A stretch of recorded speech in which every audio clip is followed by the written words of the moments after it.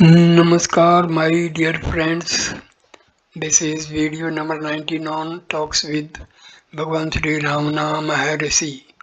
I start video number 19 with talk 321.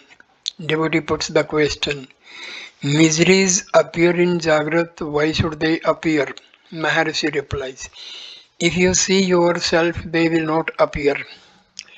Devotee: If I turn to look who am I do not find anything. Maharshi: How did you remain in your sleep? There was no I thought there and you were happy. Whereas there are thoughts flowering in the wake of the root thought I in the Jagrat, and these hide the inherent happiness. Get rid of these thoughts which are the obstacles to happiness. Your natural state is one of happiness as was evident in your sleep. Devotee: I do not know anything of my sleep experience, Maharshi, but you know that it was happiness. Otherwise, you would not be saying I slept happily. When there is no thought, no I, and nothing in fact except yourself, you are happy. That is the whole truth. This is exactly what is conveyed by the Mahavakya Tattvamasi. You are that. Find yourself and then that is known. Devotee: How is that Brahma? Maharshi: Why do you want to know of Brahma apart from yourself? The scripture says you are that. The self is intimate to you and you cannot indeed be without the self. Realize it. That is the realization of Brahma also. Devotee: But I am unable to do it. I am too weak to realize myself. Mercy: In that case, surrender yourself unreservedly and the higher power will reveal itself. Devotee: What is unconditional surrender? Maharshi: If one surrenders oneself, there will be no one to ask questions or to be thought of. Either the thoughts are eliminated by holding on to the root thought I, or one surrenders oneself unconditionally to the higher power. These are the only two ways for realization. Talk number 322. A cultured lady, daughter of a well-known solicitor of Madras, asked, What should one do in order to remain free from thoughts as advised by you? Is it only the enquiry, Who am I? Mercy: Only to remain still, do it and see. Devotee: It is impossible. Maharshi: Exactly. For the same reason, the inquiry, Who am I, is advised. Devotee: Raising the question, no response comes from within. Maharshi: What kind of response do you expect? Are you not there? What more? Devotee: Thoughts rise up more and more. Maharshi: Then and there is the same question, Who am I? Devotee: Should I do so as each thought arises? Well, it is the world our thought only? Mercy: Leave this question to the world. Let it ask, How did I come into being? Devotee: Do you mean that it is not related to me? Mercy: Nothing is perceived in deep sleep. All these are seen only after waking. Only after thoughts arise, the world comes into being. What can it be but thought? Another visitor asked, What should we do to make the mind still? Mercy: First let the mind be caught hold of and brought here, then we shall consider ways and means of stilling it. Devotee: I mean to say that it is always changing even when we do our japa. Mercy: Japa is meant only for stilling the mind.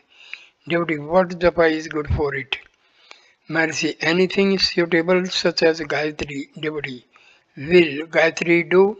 Mercy: Can anything excel? If only those who cannot do it look for others. It contains the whole range of truth in it. Chanting japa will lead to dhyana meditation and it is the means for realizing the self. Devotee: Will half an hour a day do for? Will half an hour a day do for it? Mercy. It must be done always or as long as you can. Talk number 323. While explaining stanza 6 in Arunachala Ashtaka, Sri Bhagwan observed as follows. The final word in the previous stanza asks, is there one? The initial words in the present stanza answer, yes, there is the one. It proceeds. Though it is the only one, yet by its wonderful power it gets reflected on the tiny dot I, the ego, otherwise known as ignorance or the aggregate of latent tendencies. This reflected light is relative knowledge. This, according to one's prarabdha, past karma now fructifying, manifests the inner latent tendencies as the outer gross world and withdraws the gross external world as the subtle internal tendencies. Such power is called mind in the subtle plane and brain in the physical plane. This mind or brain acts as the magnifier to that eternal one being and shows it forth as the expanded universe. In the waking and dream states, the mind is outward bent, and in sleep it is inward bent. With the mind as the medium, the one supreme being seems diversified in the waking and dream states and remains withdrawn in the sleep state or swoon, etc. Therefore, you are only that and cannot be otherwise. Whatever the change is, the same one being remains as yourself. There is nothing beside yourself. The previous stanza says, once exposed to sunlight, a sensitive plate cannot take on images. Similarly, the mind, the sensitive plate, after exposure in your light, cannot reflect the world anymore. Moreover, the sun is of you only. Should his rays be so powerful as to prevent images being formed, how much more so should your light be? It is thus said that there is nothing apart from the one being, yourself. In the present stanza, the tiny dot is equal to the ego. The tiny dot made up of darkness equals the ego consisting of latent tendencies, the seer or the subject or the ego rising. It expands itself as the sin, the object or the antahakarnas, the inner organs. The light must be dim in order to enable the ego to rise. In broad daylight, a rope does not look like a snake. The rope itself cannot be seen in thick darkness. So there is no chance of mistaking it for a snake. Only in dim light, in the dusk, in light darkened by shadows, or in darkness lighted by dim light, does the mistake occur of a rope seeming a snake. Similarly, it is for the pure radiant being to rise up the ego. It is possible only in its light diffused through darkness.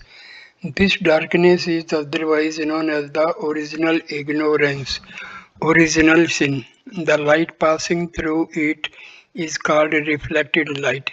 The reflected light on its own merits is commonly known as the pure mind or Isvara or God. Isvara is well known to be unified with Maya. In other words, the reflected light is Isvara. The other name, pure mind, implies impure mind also. It is the Rajasic or active mind or the ego. This too can be projected from the former Sattvic mind through another reflection only. Thus, the ego is the product of the second darkness, avidya. Then comes the tamasic or the dull mind in the shape of Antahkarnas, the inner organs. Disappear as the world. From the standpoint of the gross body, it may be said to shine forth externally as the world by means of the brain. But the gross body is of the mind only. The mind may be said to consist of four inner organs or the principle composed of thoughts, or the sixth sense, or combining intellect with the ego and chitta with the mind, that is memory faculty with the thinking faculty. It must be taken to consist of two parts, the ego and the mind. In the latter case, the Vijnanatma, the intellect self or the ego or the seer, form the subject and the mental sheath or the scene, the object. The waking, dream, and sleep states have their origin in the original darkness, Mula Avidya, with the mind outgoing and deriving experiences from its modes in the waking and dream states and Indran in sleep. Experiencing with modes of Maya, a unique power regulates all activities of the individuals and of the universe. All these are only phenomena passing through the reflected light on the substratum of the self-radiant being. Just as a rope snake cannot be seen in broad daylight, not rope itself in thick darkness, so also the world appear neither in the samadhi state of self-shining pure being or in deep sleep, soon, etc. Only in reflected light, light mixed with darkness or knowledge soiled by ignorance, can the world, not independent of its source, seem to rise up, flourish and be resolved. Its diversity too cannot be inclusive of the reality, the original source. Here a play is going on in which the one single being becomes manifold, is objectified and then withdrawn. There must be a Shakti, power to do it, and wonderful too. She cannot also be independent of her origin. In the self-shining pure being, this Shakti cannot be seen. Nevertheless, her actions are only too well known how sublime. From her sublime original activity, that is power vibrating sattva field reflects and results. From it the rajasic ego, then tamasic thought forms which are commonly known as knowledge or the light corresponding to the magnifying lens. Just as the artificial light is projected through a lens onto the screen, so also the reflected light passes through thought, the magnifier, before expanding as the world beyond it. Furthermore, thought itself, the world in seed form, seems to be the wide external world. Such is the extraordinary power. In this way, Iswara, individual, and the world are only of the reflected light, having the self-shining single being for the substratum. Now, what is this I thought, the ego? Is it the subject or the object in the scheme of things? Inasmuch as it witnesses all other objects in the waking and dream states, or at any rate we think that it does so, it must be considered to be the subject. On realizing the pure self, however, it will be an object only. Whose is this? I thought, the ego. This investigation from the vichara. I thought and this thought are both emanations from the same light. They are related to Rajoguna and Tamoguna, respectively. In order to have the reflected light, pure sattva, free from Rajas and Tamas, it must shine forth as I, unbroken by this thought. This pure state momentarily intervenes between sleep and waking. If prolonged, it is cosmic consciousness or even Iswara. This is the only passage to the realization of the self-shining Supreme Being. Again, there are two kinds of experiences in deep sleep as recollected after waking, that is, I slept happily, unaware of anything. Happiness and ignorance are the experiences. Thus, we see the power modified as Avarna, darkness, and 2. Vikshepa, diversity. The mind is the result of Vikshepa. Talks with Ramana Maharshi, 10th January 1937. Some reminiscences. Talk 324. 1. While in Sakandasramam, Sri Bhagavan saw a white toad, small and long, at a distance of about 10 feet from him. Sri Bhagavan stared at it and it stared at him. Suddenly it took a long jump and lodged itself precisely on one of the eyes of Sri Bhagavan, who quickly closed it, and so it was not injured.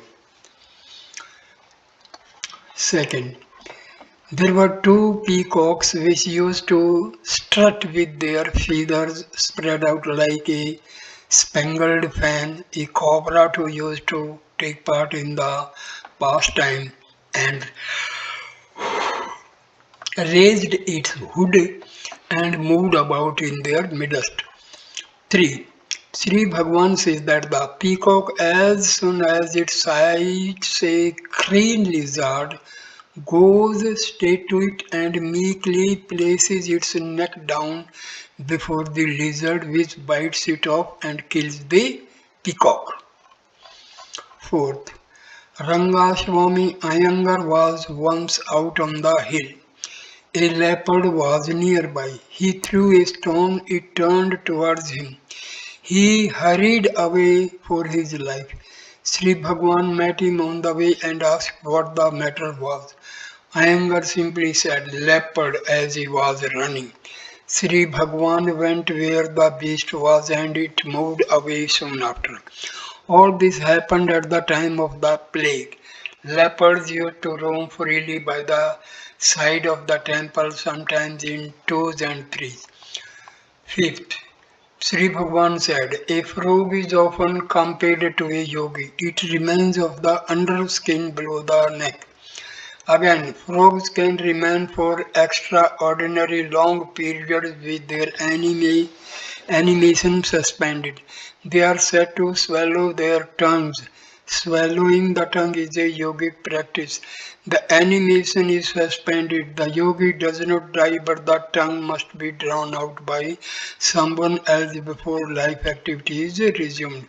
It is a wonder how the frog brings out the already swallowed tongue and resumes the activity. 11th January 1937. 6. While reading Raghuvira Ramana written in easy Malayalam prose, there was a passage relating how Hanuman reached Lanka mentally before he crossed over physically so that island. Sri Bhagavan emphasized the point that the mental approach accomplishes the purpose earlier than physical action. 7. Sri Bhagavan related the following funny anecdote. Azhuthachan, a great Malayali saint and author, had a few fish concealed in him when he entered the temple. Some enemy reported it to the worshippers in the temple. The man was searched and taken to the king. The king asked him, why did you take the fish into the temple? He replied, it is not my fault. I had it concealed in my clothes. The others exposed the fish in the temple. The fault lies in exposure. Excreta within the body are not considered filthy, but when excreted, they are considered filthy. So also with this. 12th January 1937, talk number 325. Mr. Rama Sastri from Guntur district composed 8 slokas on Bhagwan and read them out with feeling. The Sastri then prayed for guidance. I am a sansari unfit for Jnana Marga. The affairs of the world are distracting me. Please instruct me what I should do. Maharshi, think of Bhagwan. How will the affairs of the world Distract him, you and they are in him. Devotee, may I do Nama Samarna? What Nama shall I take? Mercy, you are Rama Sastri. Make that name significant. Be one with Rama. 13th January 1937. Talk number 326. In answer to a question by a long resident attendant, Sri Bhagwan said, everybody complains of the restlessness of the mind. Let the mind be found and then they will know. True, when a man sits down to meditate, thoughts rush up by dozens. The mind is only a bundle of thoughts. The attempts to push through the barrage of thoughts is unsuccessful. If one can by any means abide in the self, it is good. For those who are unable to do so, chanting or meditation, japa or dhyana is prescribed. It is like giving a piece of chain to an elephant to hold in its trunk. The trunk of the elephant is usually restless. It puts it out in all directions when taken out in the streets of the town. If given a chain to carry, the restlessness is checked. Similarly, with the restless mind, if made to engage in japa or dhyana, other thoughts are warded off and the mind concentrates on a single thought. It thus becomes peaceful. It does not mean that peace is gained without a prolonged struggle. The other thoughts must be fought out. Here is another illustration. Suppose a cow plays a rogue and strays into neighbor's fields to graze. She is not easily weaned from her stealthy habit. Think how she can be kept in the stall. If forcibly tethered in the stall, she simply bides her time to play the rogue. If she is tempted with fine grass in the stall, she takes one mouthful on the first day and again waits for the opportunity to run away.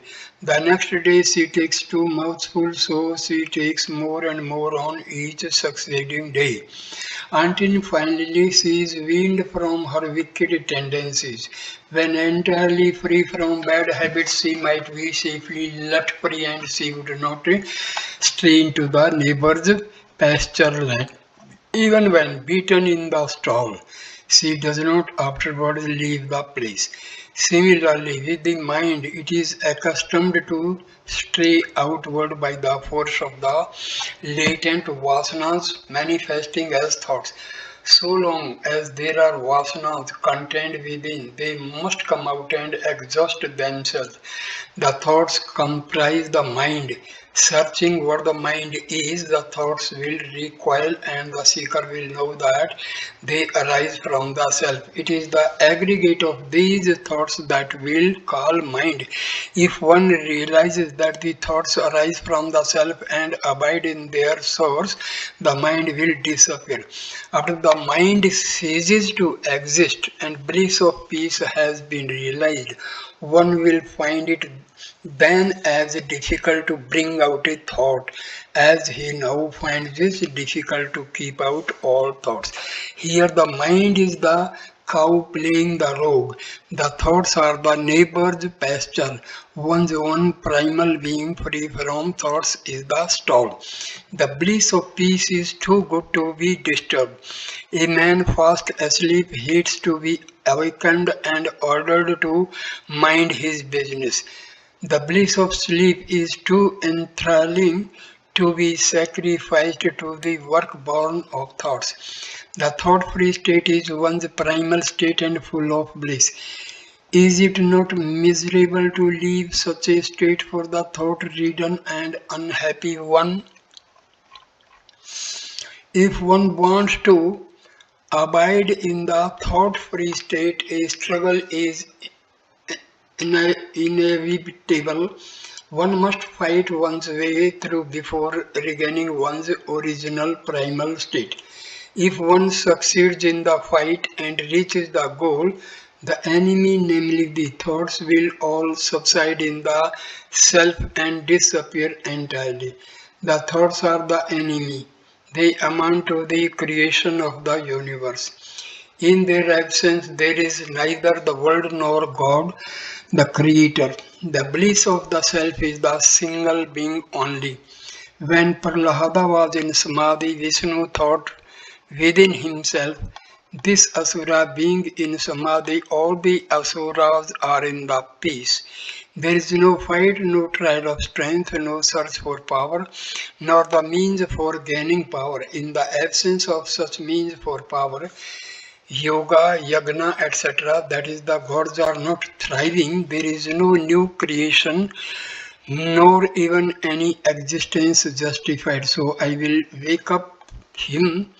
I wake him up, then the asuras will rise up, their original nature will manifest itself, the gods will challenge them, the asuras and others will then seek strength and adopt the means for its acquisition. Yagna, etc. will flourish. The gods will thrive. There will be more and more of creation, more of fight, and I shall have enough to do.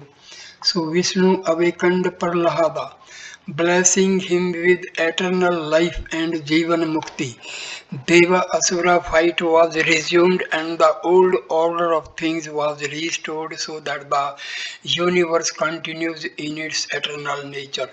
Devotee, how could God Himself wake up the Asura element and bring about constant warfare?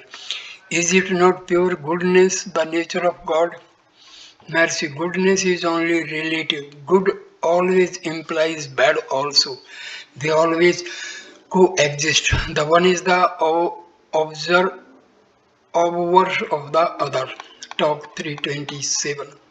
The audience in the hall were very attentively listening.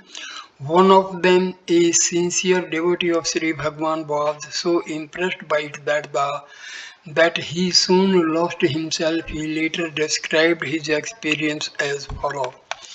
I was long wondering where the current starts, within the body or elsewhere. Suddenly my body grew tenuous until it disappeared. The enquiry, who am I, went on very clearly and forcibly. The sound of I alone persisted. There was one vast expanse and nothing more. There was a hazy perception of the occurrences in the hall. I knew that people stood up to salute at the end of a Vedic chant. I wanted to stand. The thought soon deserted me. I was again lost in the one expanse. The experience continued until I heard the voice of Sri Bhagwan. That made me collect myself.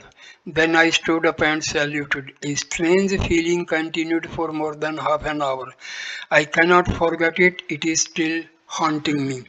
Sri Bhagwan listened to his words and was silent for minutes. A few observations fell from his lips. One may seem to go out of the body, but the body itself is not more than our thought. There can be no body in the absence of thought, no outgoing or incoming in absence of body. However, owing to habit, the feeling of going out arises. A particle of hail falling on the surface of the sea melts away and becomes water, wave, fruit, etc. in the sea. Similarly, the subtle intellect rises up as the tiny dot ego from the heart and bulging out finally enters into and becomes one with the heart. Though milk remains as wide as the sea, can you drink it with a mouth as wide as the sea? You can suck it only through the tiny capillaries of the paps. Namavalar, the Western white saints, has said, only myself is you.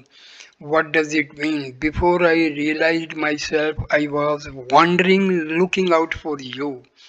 Having now realized myself, I see that you are myself. How will you, having now realized myself, I see that you are myself. How will this fit in with qualified monism? It must be explained thus. Pervading myself, you remain as the Antaryamin, immanent being. Thus I am a part of your body and you are the owner of body. Sriri, having given up one's own body as not being oneself, why should one become another's, God's body? If one body is not the self, other bodies also are non-self. The protagonists of qualified monism think that individuality is necessary to experience the bliss. Individuality, that is, I-ness, should not be lost. Ah, the self is not the body, but yourself becomes the body of God. Is it not absurd? Or if you make prapatti, surrender yourself to God, you have made yourself over to Him and you are His and no longer yours. If He is in need of a body, let Him look out for Himself. You need not say He is the owner of a body. Talk number 328. A European gentleman began in this is 17th January 1937, talk number 328. A European gentleman began in measured tones and spoke clearly and slowly. Why should individuals remain caught up in the affairs of this world and reap troubles as a result? Should they not be free? If they are in the spiritual world, they will have greater freedom. Mercy.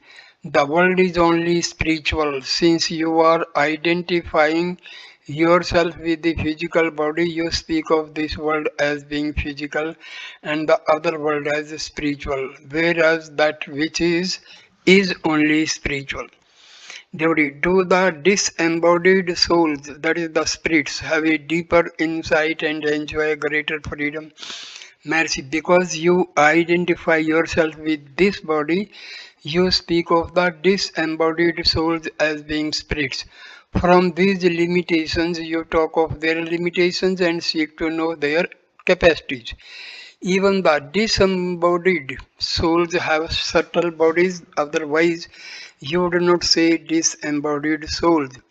Disembodiment means divested of this gross body. Inasmuch as you endow them with individuality, they are centered in their subtle bodies.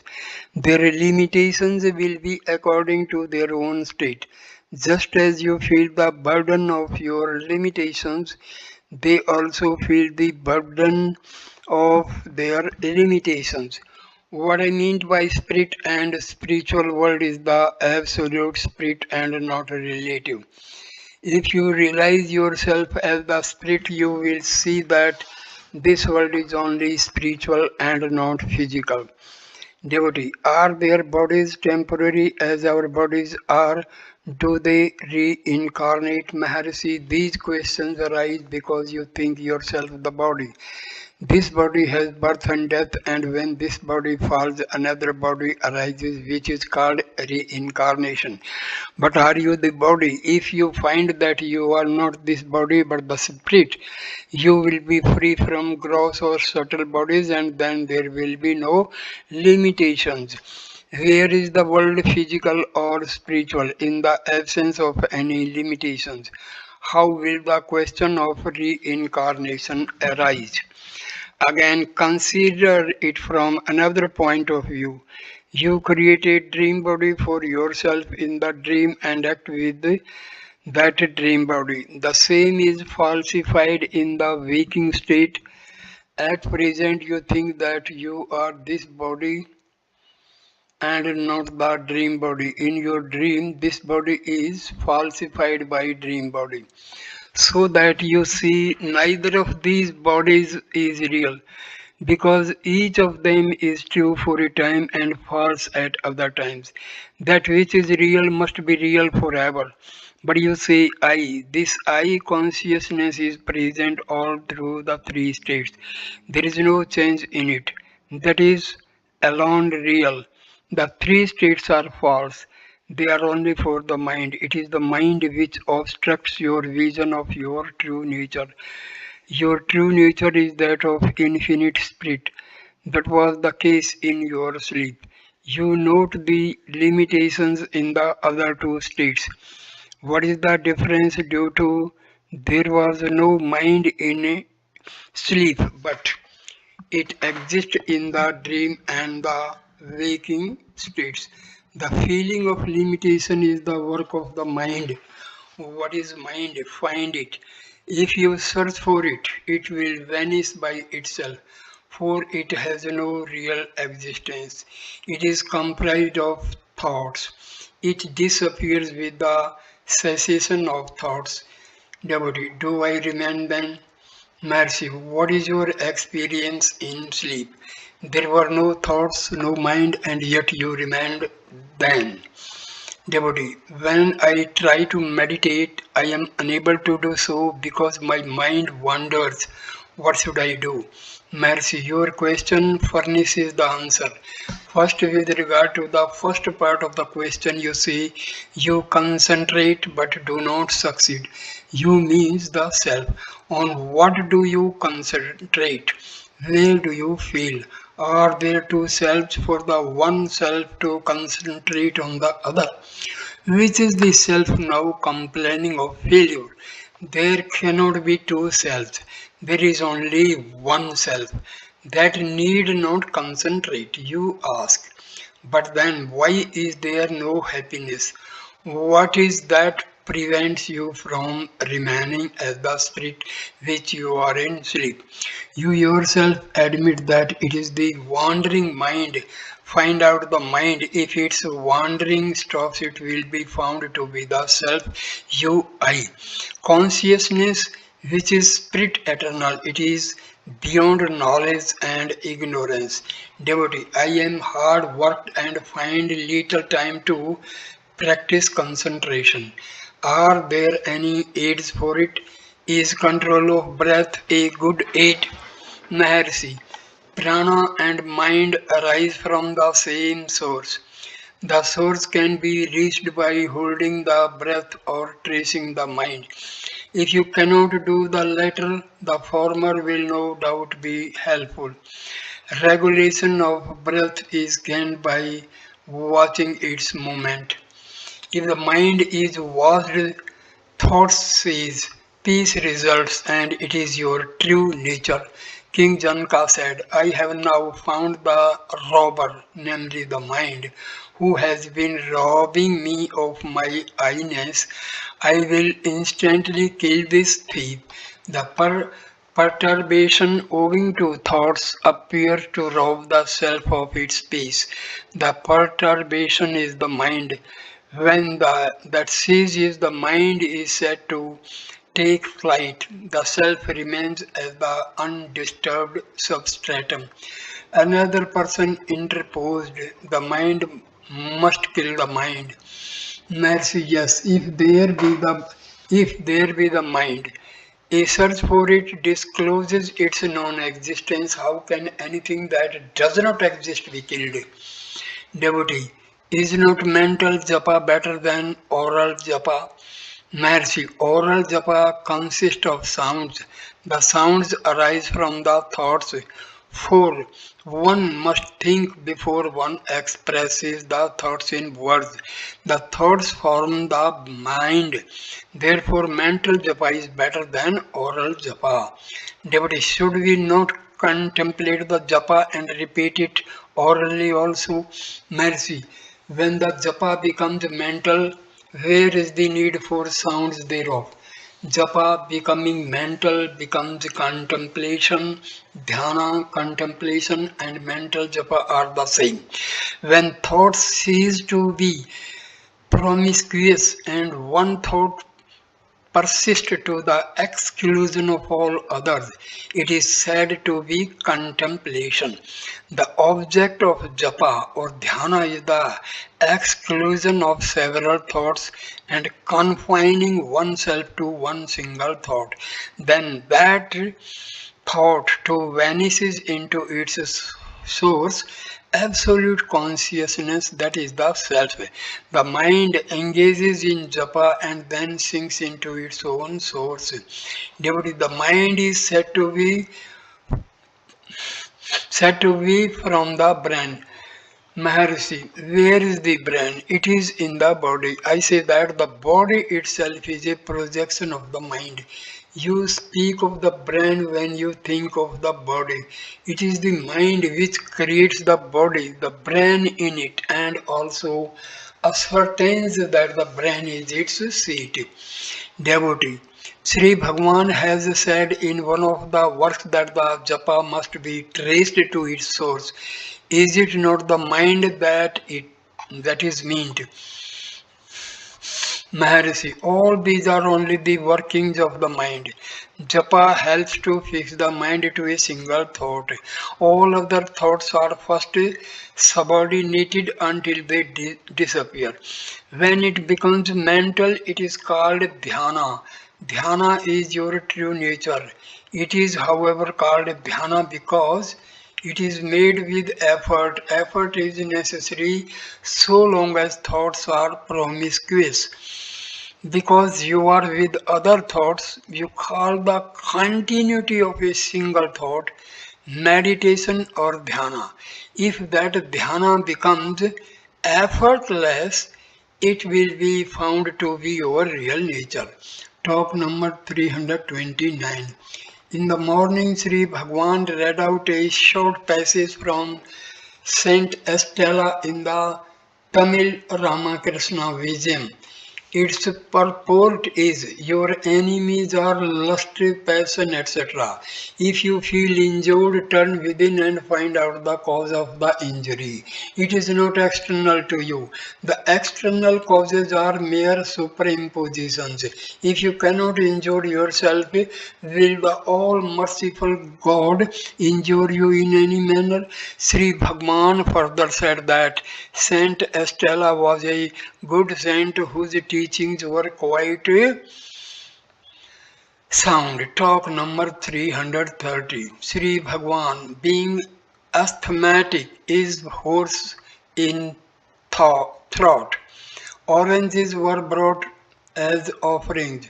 Pieces were distributed as usual. Sri Bhagwan was clearing his throat and was obliged to spit out the orange in his mouth. He said that he had to spit it out. A gentleman said, probably it does not suit Sri Bhagwan's health. Maharshi, would you say so if you had brought the fruits instead of the other person? 18th January 1937, talk number 331. Mrs. Ruma Jennings, an American lady of the International Peace League, asked Sri Bhagwan about the spread of peace in the world.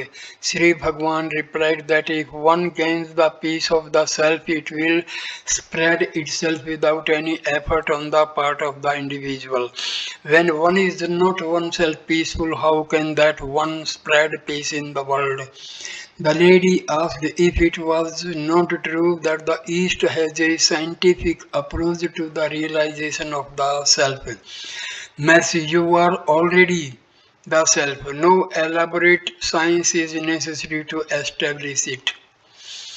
Devotee, I understand the general truth of it, but there must be a practical method for it which I call science. Mercy. The cessation of such thoughts is the realization of the self. Illustration. The necklace supposed lost. One does not see the world or one's own body, being away from the self, always being the self. One sees everything else.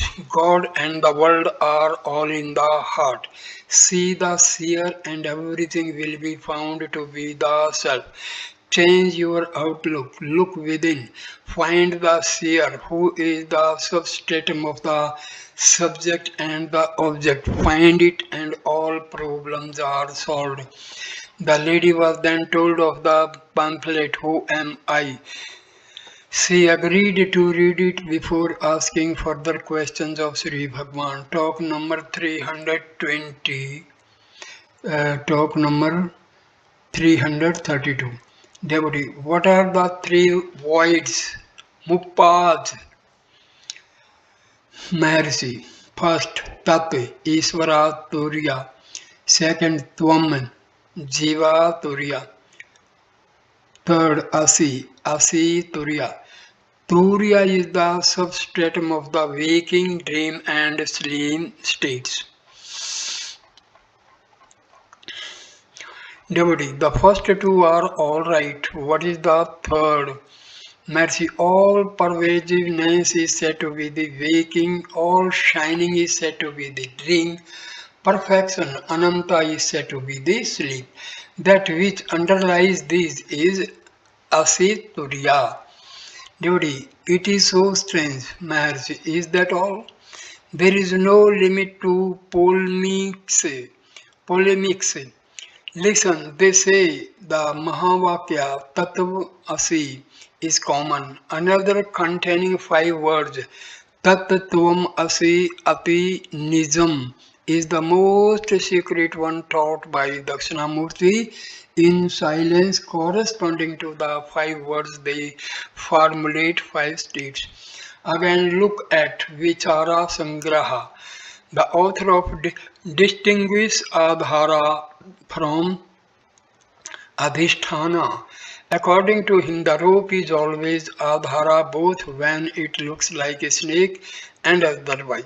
The rope is Adhisthana because it looks different from what it really is. That is common. Samanya Adhisthana. Again, its appearance as the snake itself is Vishesha Adhisthana. When the question is raised, the Adhisthana of Jiva is one, that of Isvara is another. How can these two Adhisthananas become one? He replies, there are the same Adhara for both the Adhishthanas. Furthermore, the mentions several khyapis. Number one, Asat khyati, rope being present, there appears the snake which is not present there. 2. Sat khyati, rope itself looking like snake. Third, Atma Khayati, rope remaining unidentified, the remembrance of snake formerly seen elsewhere creates the illusion. Fourth, Akhyati, total unreal. Fifth, Anatha Khyati, mental image of snake projected and seen as if it were in front of oneself. Sixth, Anirvachaniya Khyati, inexplicable. Here he raises the question, should the world be any one of these, whether illusory or unreal? It must be the result of previous experiences. It must have been real at the time, real once must be real always. He answers it. The experience need not necessarily be real. Not having seen a real snake but only seeing a picture of it and gaining an impression, one can mistake a rope to be a snake. Thus the world need not be real. Why waste time in such polemics? Polemics. Only turn your mind inward and spend the time usefully. In the union of the individual with the Supreme is hearsay and the individual directly experienced. You can make use only of direct experience, therefore, look who you are. Why is Isvara mentioned then? Because you see the world and want to know how it came into being. They say that it was created by God. If you know that He created you and all else, your mind is a little satisfied and becomes less restless than otherwise. But it is not realization. It can be only if you realize yourself. This is perfection or realization, etc. To resume polemics, the author of Virti Prabhakara claims to have studied 3,50,000 books before writing this book. What is the use? Can they bring in realization of the self? Vichara Sangra is full of logic and technical terms. Can these ponderous volumes serve any real purpose? However, some people read them and then seek sages only to see if they can meet their questions. To read them, to discover new doubts and to solve them is a source of pleasure to them. Knowing it to be sheer waste, the way sages do not encourage such people. Encourage them once and there will be no end.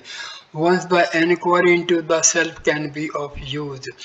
Those familiar with logic, Virti, Bhakara, Vichara, Sangraha or Sutra, Bhasha or similar large works cannot rally small works like Truth Revealed dealing only with the self and that pointedly to because they have accumulated vasanas. Only those whose minds are less muddy or are pure can relish small and purposeful works. Talk number 333. Pratyabhija equals prapti plus abhija. Abhijna. Abhigyana is direct perception. Prati is to be reminded of what was already known. This is an elephant direct perception. This is that elephant is Pratyabhijna. In technical works, Pratyabhijna is used for realizing the ever-present reality and recognizing it. Sunya, wide or blank, Ati Sunya, beyond Sunya, and Mahasunya, immense, wide, all mean the same. That is the real being only. 20th January 1937, talk number 234. Sri Bhagwan said that he felt no sensation in his legs though they were massaged. If they serve the purpose of walking, what does it matter if sensation is lost? He asked. Then in the course of conversation, he related that a ray of light has been found which, when projected, does not reveal the operator but enables him to witness the scene. So it is with Siddhas. They are only pure light and can see others, whereas they cannot be seen by others. For example, Prabhulinga, while touring in the north, came across Gorakhnath. The latter displayed his yogic powers. For example, when his arm was cut by a sword, the sword was blunted without inflicting injury on him. This is making the body proof against injury. Kaya Siddhi. Prabhulinga offered himself to be cut. When the sword was thrust, it passed through and through his body as if it was air, and there was no injury on the body. Gorakh was astonished and offered himself as the disciple of Prabhulinga. Again, there was a dialogue between Shiva and Parvati in Kailash. Shiva said that Alamma was one who would not be affected by her blandishments. Parvati wanted to try it and so sent her tamasic quality to incarnate as a king's daughter on the earth in order that she might entice Alamma. She grew up as a highly accomplished girl. She used to sing in the temple. Alamma used to go there and play on the drum. She lost herself in the play of the drum. She fell in love with him. They met in her bedroom. When she embraced him, he became intangible. She grew lovesick, but a celestial damsel was sent to remind her of her purpose on the earth. She resolved to overthrow Alma but did not succeed. Finally, she went up to Kailas. Then Parvati sent her Sattvic quality, who was born as a Brahman sannyasini. When she surrendered to Alamma, she realized his true greatness. Sri Bhagwan spoke very appreciatively of Naina, that is Kaya Kantha Ganpati Muni for about an hour. How he wrote Uma Sahasranama and Hara Sahasram. How he taught his student, how he engaged in dispute with Bhattasri Narayana Sastri, how meek and humble he was, those who learned and capable, etc. Sri Bhagwan related how Nakirar, a Sangha Pulwar poet, faced the wrath of Shiva on questioning some composition of Shiva in Tamil, how he was taken captive by a spirit and afterwards released. Nakirar was doing tapas on the bank of Tirtha. A leaf fell down from a tree. Half the leaf touched the water and the other half was on the ground. Suddenly the water leaf became a fish and the land half became a bird. Each of them was united to the other by the leaf and struggled to go into its own element. Nakirar was watching it in wonder, and suddenly a spirit came down from the above and carried him away to a cave where were already 999 captives, all of whom were Tapobhrashta, those who had fallen away from their austerities. Devotee, was Nakirar a Tapobhrashta? Mercy, yes. While engaged in contemplation, why did he fall away from contemplation and take to watching the mysterious happening in front of him? He continued to say how Nakkirar composed Tirumruhu Trupidai and obtained the release of all the thousand prisoners. 21st January 1937, talk number 335. Devotee, how will the sexual impulse cease to be? Mercy, when differentiation ceases. Devotee, how can it be affected? Mercy, the other sex and its relation are only mental concepts. The Upanishad says that all are dear because the self is beyond of all. One's happiness is within. The love is of the self only. It is only within. Do not think it to be without. Then differentiation ceases to operate. 22nd January 1937, talk number 336. A certain Vaishya who seems to have studied the Upanishads and Srimad Bhagavata Gita asked some questions. Devotee, how to realize the self? Maharshi, the self is always directly perceived. There is no moment when it is not so. How then is to be ascertained? Find out the self, you are that.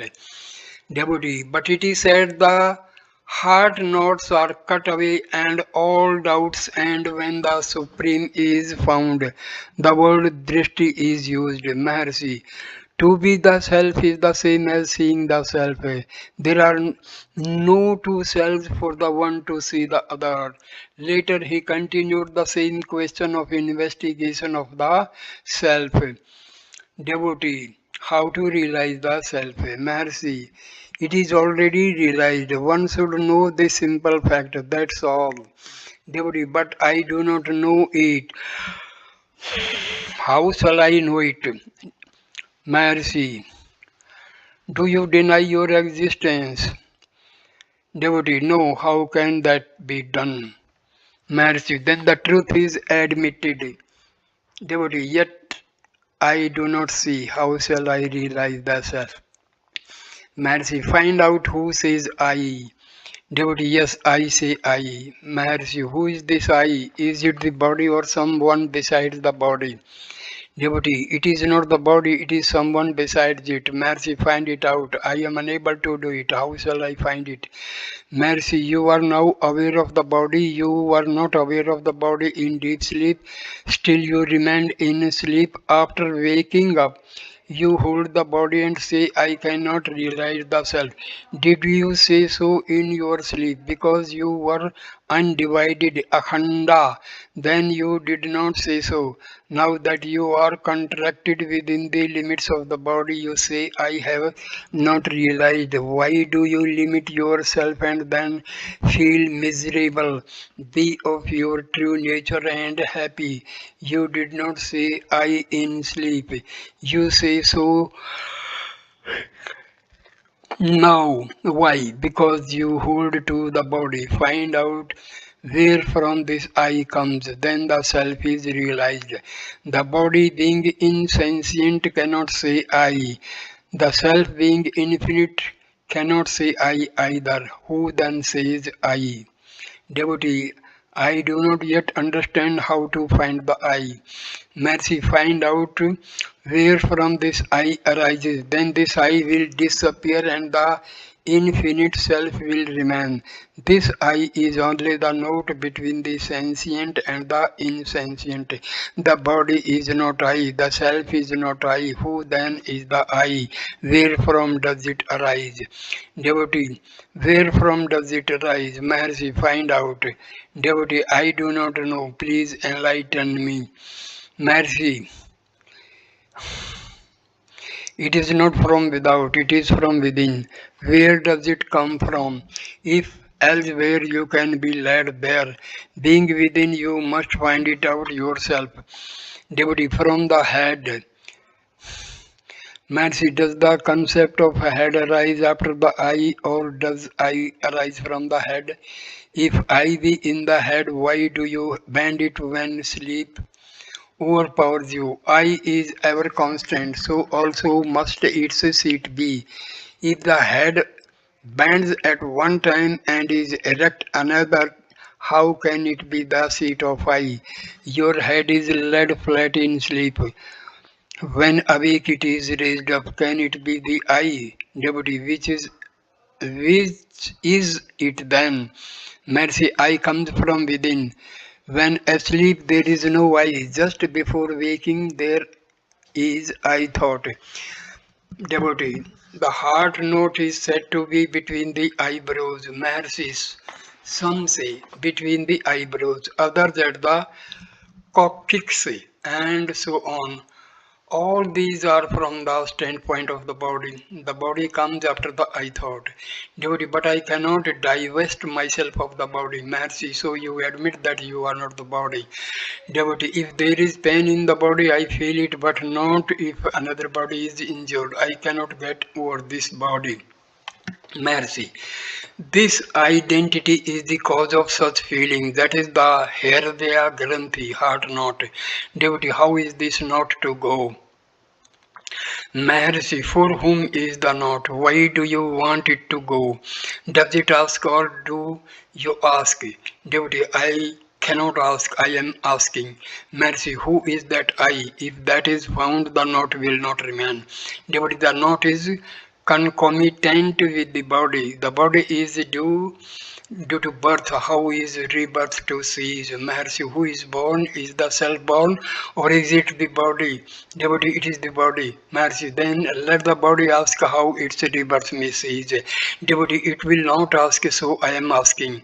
Maharshi, whose is the body? You were without it in your deep sleep. After the I thought arose, the body arose. The first birth is that of I thought. The body has its birth subsequent to I thought. So its birth is secondary. Get rid of the primary cause and the secondary cause will disappear by itself. Devotee, how is that I thought to be checked from rising? Mercy by self-quest. Devotee, I try to understand but without success. Can I find the self by means of japa? If so, please tell me how. Mercy, what japa? Why should you make artificial japa? You can find out the eternal and natural japa always going on within you. Devotee, some upadesh will probably help me. Mercy, if I say do Rama Rama to one who has not struggled through books like you, he will do it and stick to it. If I say so to one like you who have read much and are investigating matters, you will not do it for long because you will think, why should I do it? Above all, who am I that should be repeating the mantra? Let me find out who am I before I proceed further. And so you will stop japa and begin investigation. Devotee, it is said the senses are outgoing. Prachikani, inward turned is sight. Avarti chakashu. What is avarti chaksuhu? Inward turned sight. Mercy, it does not mean replacement of the eyeball in the opposite direction. What is chaksuhu? Devotee, the eye. Mercy, does the eye see or is it the someone behind the eye that sees? If the eye should, could see, then does a corpse see? The one who is behind the eye sees through the eye. He is meant by the word chaksu. Devotee, Divya Chaksu is necessary to see the glory of God. This physical eye is the ordinary Chaksu. Mercy, oh, I see. You want to see million sun splendor and the rest of it. Devotee, can we not see the glory as million sun splendor? Mercy. Can you see the single sun? Why do you ask for millions of suns? Devotee, it must be possible to do so by divine sight, wherein the sun shines not, etc. That is my supreme abode. Therefore, there is a state where the sun is powerless. That state is that of God. Mercy, alright, find Krishna and the problem is solved. Devotee, Krishna is not alive. Mercy, is that what you have learned from the Gita? Does he not say that he is eternal? Of what are you thinking his body? Devotee, he taught others while alive. Those around him must have realized I seek a similar living Guru. Mercy, is Gita then useless after he withdrew his body? Did he speak of his body as Krishna? Natvevaham jatu nasam, never I was not. Devotee, but I want a living Guru who can say the truth first hand. Maharshi, the fate of the Guru will be similar to the fate of Krishna. The questioner retired later. Sri Bhagwan said divine sight means self-luminosity. The word Divya shows it. The full word means the self who is to bestow a divine eye and who is to see. Again, people read in the books, hearing, reflection and one-pointedness are necessary. They think that they must pass through Savikalpa Samadhi and Nirvikalpa Samadhi before attaining realization. Hence all these questions, why should they wander in that maze? What do they gain at the end? It is only cessation of the trouble of seeking. They find that the self is eternal and self-evident. Why should they not get that purpose purpose even this moment. A simple man not learned is satisfied with japa or worship. A jnani is of course satisfied. The whole trouble is for the bookworms. Well, they will also get on. So here I end this video. Next video number 20 will start with the talk number 337. Namaskar, my dear friend. Please like, comment, and share the video and subscribe the channel. नमस्कार मेरे प्यारे दोस्तों, my dear friends, नमस्कार।